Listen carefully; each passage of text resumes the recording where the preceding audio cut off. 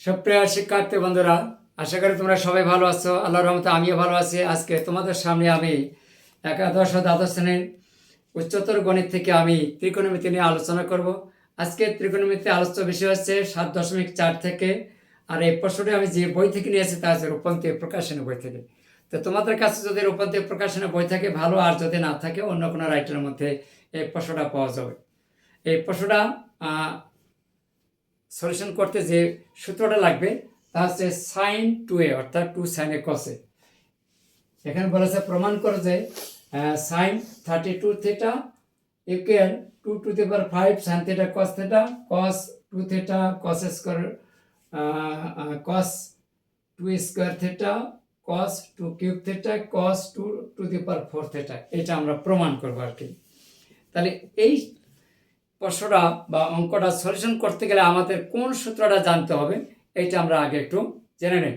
তোমাদের যদি জানা থাকে ভালো, আর জানা না থাকলে তোমাদের জন্য আমি, যাদের জানা নাই তাদের জন্য আমি সূত্রটা ডান পাশে লিখে দিচ্ছি। এই সূত্র সাইন 2 থিটা সমান 2 সাইন থিটা কস থিটা। এই ছোট্ট সূত্রটা আমরা এখানে অ্যাপ্লাই করব। যদি তোমাদের জানা থাকে ভালো, আর জানা না থাকলে এখান থেকে একটু দেখে নিও, তাহলে তোমরা অঙ্কটা ভালোভাবে বুঝতে পারবে। তাহলে আমরা প্রথমে লেফট সাইড অর্থাৎ বাম পক্ষটা নিয়ে নিলাম 32 থিটা। খুবই সহজ, শুধু একটু ধৈর্য এবং মনোযোগ সহকারে তোমরা যদি দেখো ইনশাআল্লাহ খুব সহজভাবে বুঝতে পারবে। তাহলে আমরা সাইন 2 ইন্টু কত 16 থিটা। এই যে আমাদের সূত্রে যে 2 আছে সেই 2 হচ্ছে এইটা, আর এখানে যে থিটা আছে থিটার পরিবর্তে হচ্ছে 16 থিটা। ওকে, তাহলে এখন আমরা কি লিখতে পারি? তাহলে 2 sign 16 theta cos 16 theta.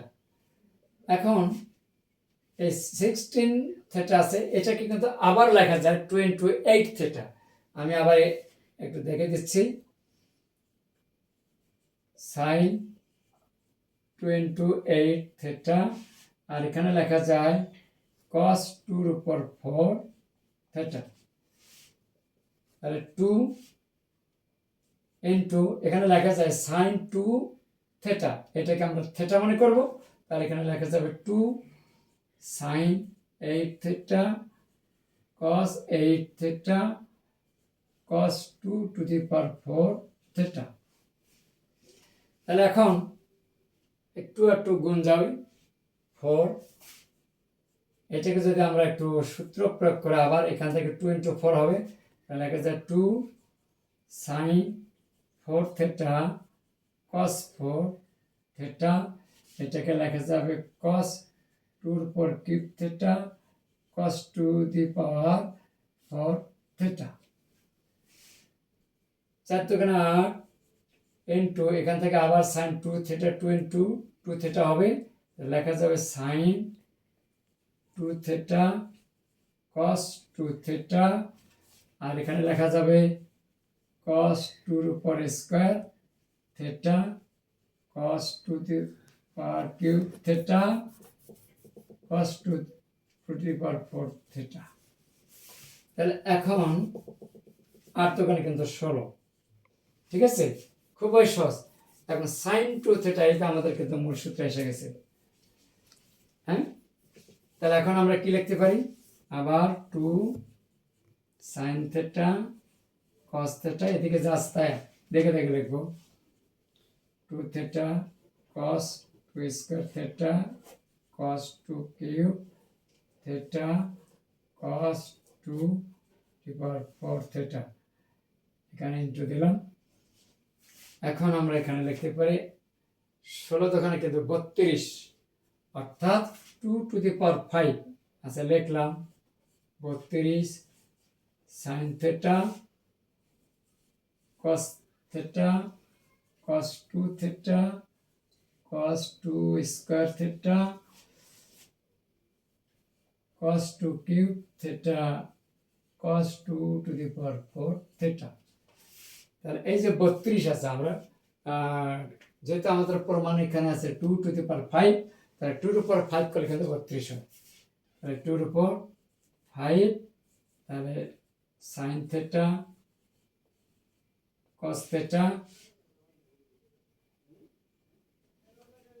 Into cos 2 theta into cos 2 square theta into cos 2 cube theta into cos 2 to the power 4 theta. এই তো হয়ে গেছে। দেখো এখানে রাইট সাইড প্রুফড। তাই তোমরা দেখো অঙ্ক কত সহজ। যদি তোমাদের সূত্র জানা থাকে, অঙ্ক বুঝতে কোনো প্রকার তোমাদের কষ্ট বা ঝামেলা বা কোনো কঠিন বলে মনে হবে না। শুধু জানতে হবে একটু সূত্র। আর তোমরা অবশ্যই জানো গণিত মানে তো সূত্র। তাই গণিত কখনো সূত্র ছাড়া কি চলতে পারে? কখনো পারে না। তাই তোমাদেরকে গণিত ভালো জানতে গেলে, বুঝতে গেলে অবশ্যই তোমাদেরকে তার আগে সূত্রগুলো জেনে নিতে হবে। সূত্রগুলো জেনে রাখো, ইনশাল্লাহ পরবর্তীতে আবারও ভিডিও ক্লাস দেবো, দেখবে খুব সহজভাবে বুঝতে পারবে। আমার এই ভিডিও ক্লাসটি তোমাদের কাছে কেমন লেগেছে তা অবশ্যই কিন্তু কমেন্টসের মাধ্যমে জানিয়ে দেবে। আর সেই সাথে অন্যদেরকে একটু জানার জন্য একটু শেয়ার করে দেবে। আর যারা আমার এই ভিডিওটি ইউটিউব চ্যানেলে দেখছো তাদেরকে বা তোমাদেরকে অনেক অনেক ধন্যবাদ। যারা এই ভিডিওটি দেখছো কিন্তু সাবস্ক্রাইব করে নেন, আমার এই চ্যানেলটিতে নতুন, কিন্তু ভিডিওটি দেখা শেষে অবশ্যই একটা সাবস্ক্রাইব করে দেবে। ধন্যবাদ সবাইকে। আজকে এই পর্যন্ত। আল্লাহ হাফেজ।